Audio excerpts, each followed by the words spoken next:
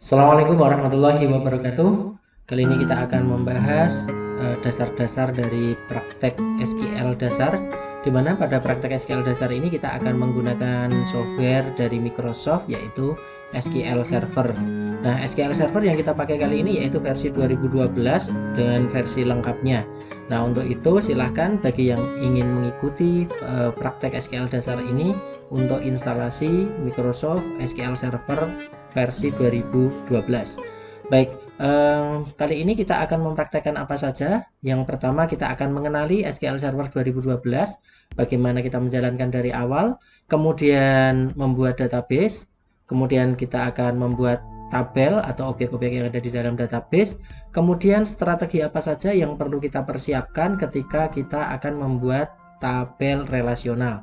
Nah, tabel relasional di sini nanti ada dua sudut pandang, yaitu yang pertama relasional, di mana kita akan mengisi datanya terlebih dahulu baru akan kita buat relasinya. Kemudian yang kedua, bagaimana strategi membuat tabel dengan masih kosongan. Ketika kita buat langsung kita bubuhkan primary key dan foreign key.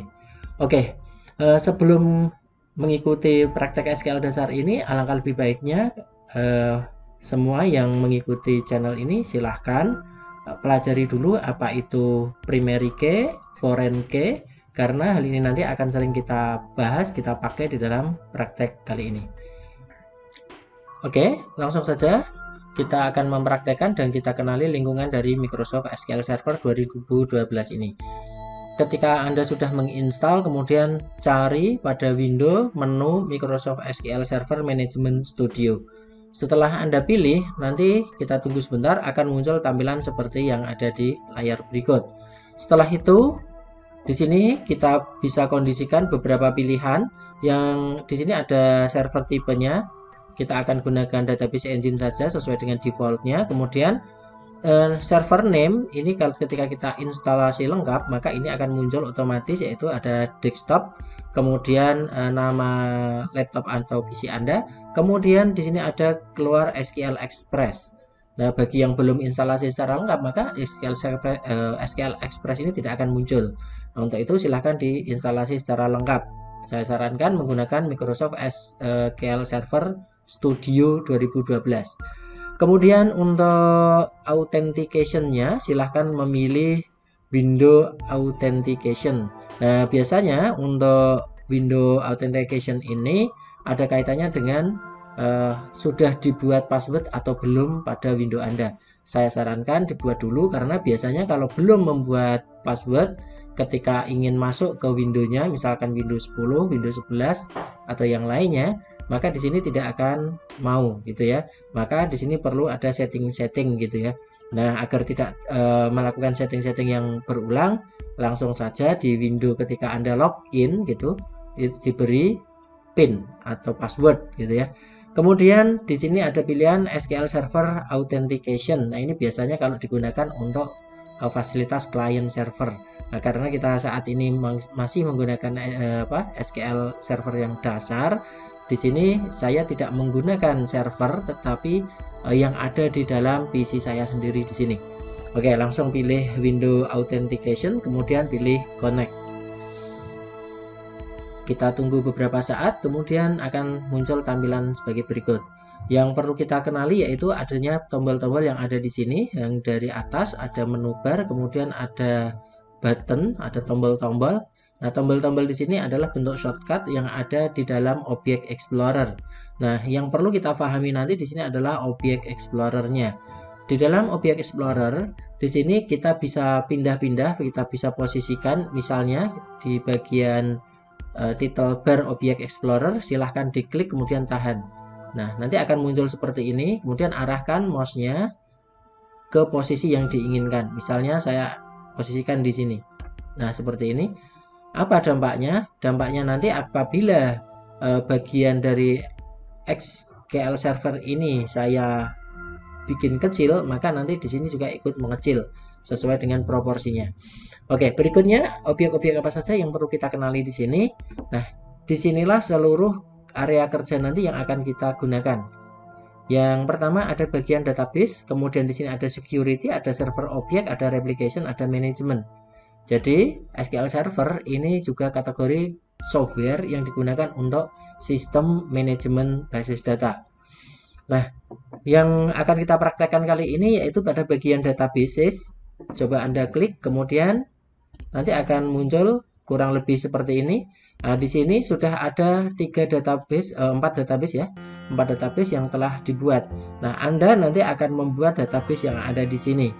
Kemudian tombol-tombol yang ada di atas ini ada connect. Apabila nanti tidak bisa terkoneksi ke ini ya, SQL Express, silahkan diklik connect. Kemudian untuk memutuskan koneksi ada di sini. Kemudian di sini ada tombol refresh. Tombol refresh ini kemungkinan besar juga sering kita gunakan ketika kita misalnya nanti melakukan perubahan pada tabel. Misalnya kita buat tabel, kemudian merubah atributnya dan seterusnya, maka tidak akan langsung muncul kecuali kalau kita tekan tombol refresh di sini. Kemudian di sini ada tombol-tombol yang lain yang di atas ya. Nah, ini digunakan untuk new query. Saya contohkan new query, nanti akan muncul bidang kerja di sini, ada semacam sheet gitu ya. Nah, halaman yang digunakan untuk menuliskan sintaks SQL atau SQL-nya. Nah, silahkan nanti di sini. Kemudian di sini tab-tabnya bisa kita munculkan lagi tambahan ya. Kalau di sini ada new query, kita bisa tambahkan misalkan query berikutnya, nanti akan muncul di sini query 1, query 2. Nah, demikian juga nanti ketika kita membuat tabel juga akan muncul di sampingnya di sini. Oke, untuk berikutnya kita akan coba membuat database.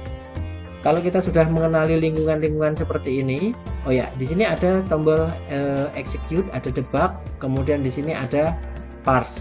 Nah, yang sering kita gunakan itu nanti adalah yang execute dan debug. Nah, untuk execute ini digunakan untuk menjalankan perintah SQL Server yang ada di sini, menjalankan perintah sintaksis dari SQL atau SQL-nya.